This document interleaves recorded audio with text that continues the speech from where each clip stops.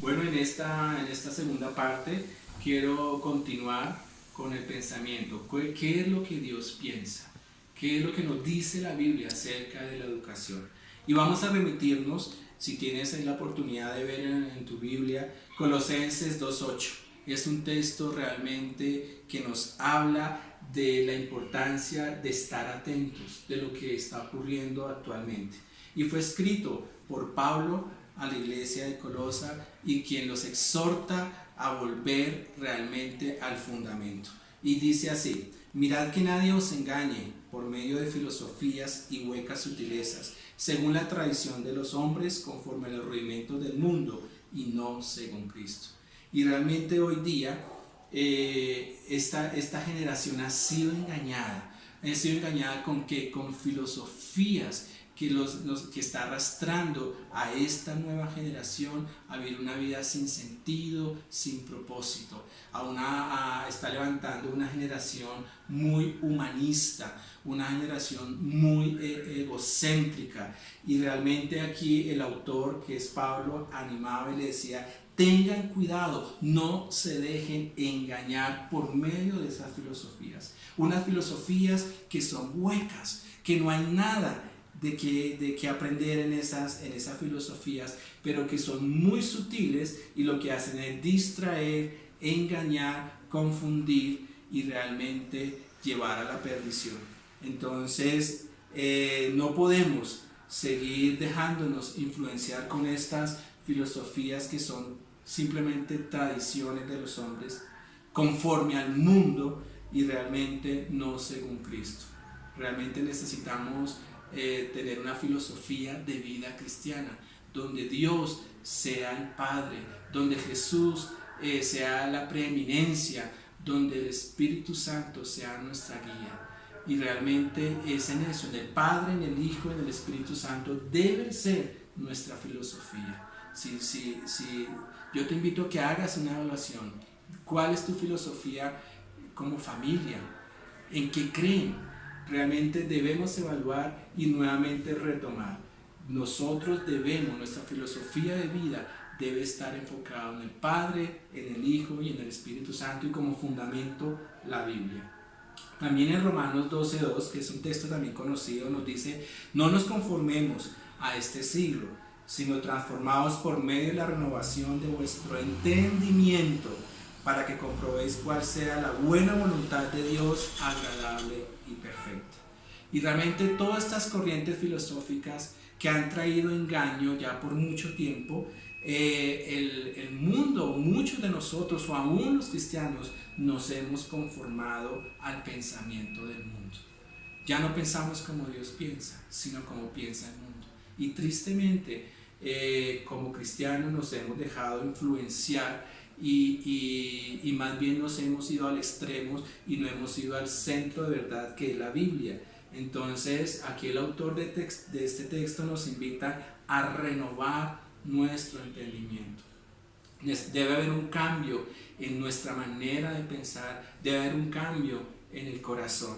Entonces dice aquí que no nos conformemos, sino transformemos, cambiemos esa manera de pensar, porque así vamos a cambiar nuestra manera de vivir. Y es la manera con que vamos a hacer nosotros encontrar cuál es la buena voluntad de Dios, que es agradable, que es perfecta. Y eso es lo que Dios nos llama. Cuando eduquemos en casa, nuestros hijos, su manera de pensar debe ser transformada y cambiada.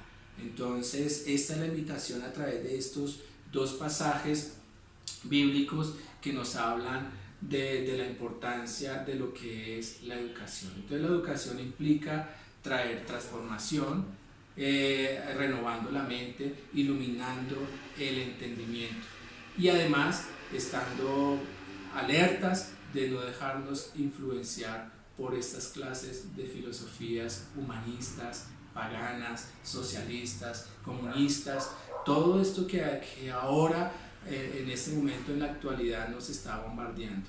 Tengamos mucho cuidado, vayamos al centro de verdad, vayamos a la Biblia, que es el manual de vida que nos va a dar la instrucción y el camino a seguir.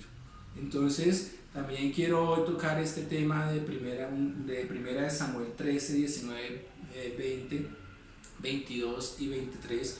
Es un texto interesante en donde nos habla de un acontecimiento que le sucedió al pueblo de Israel, quien por mucho tiempo había sido conocido como el pueblo que se destacaba por tener tantas victorias, por ganar batallas.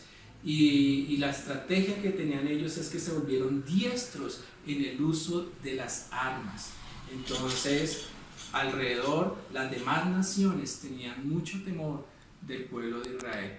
Entonces, el pueblo de Israel se destacó por esa agilidad, por esa destreza. Sin embargo, hubo un momento en la historia donde fueron cautivos por sus peores enemigos, que fueron los filisteos.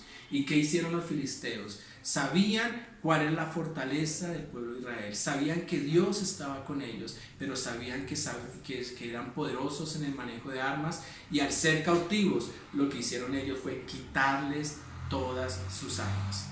Y dice así el texto: y en toda la tierra de Israel no se hallaba herrero, porque los filisteos habían dicho, para que los hebreos no hagan espada o lanza, por lo cual todos los de Israel tenían que descender a los filisteos para afilar cada uno la reja de su arado, su asadón, o su hacha o su hoz. Así aconteció que en los días de batalla no se halló espada ni lanza en mano de ninguno del pueblo que estaba con Saúl y con Jonatán, excepto Saúl y Jonatán su hijo, que los tenía. Entonces vemos aquí que el pueblo de Israel tenía que ahora descender a donde sus enemigos, los filisteos, para que ellos afilaran sus herramientas de trabajo, su lanza, su hacha. Y realmente eso era algo que ellos no se esperaban. Y si aplicamos este pasaje bíblico, vemos que muchos de nosotros como padres, conocedores de la Biblia, con principios, conociendo la verdad, hemos mandado a nuestros hijos a instituciones donde los están afilando. Los están afilando ¿con qué? Con filosofías huecas, vanas, con filosofías engañosas, con filosofías que los están apartando de la verdad, y la verdad es Cristo Jesús.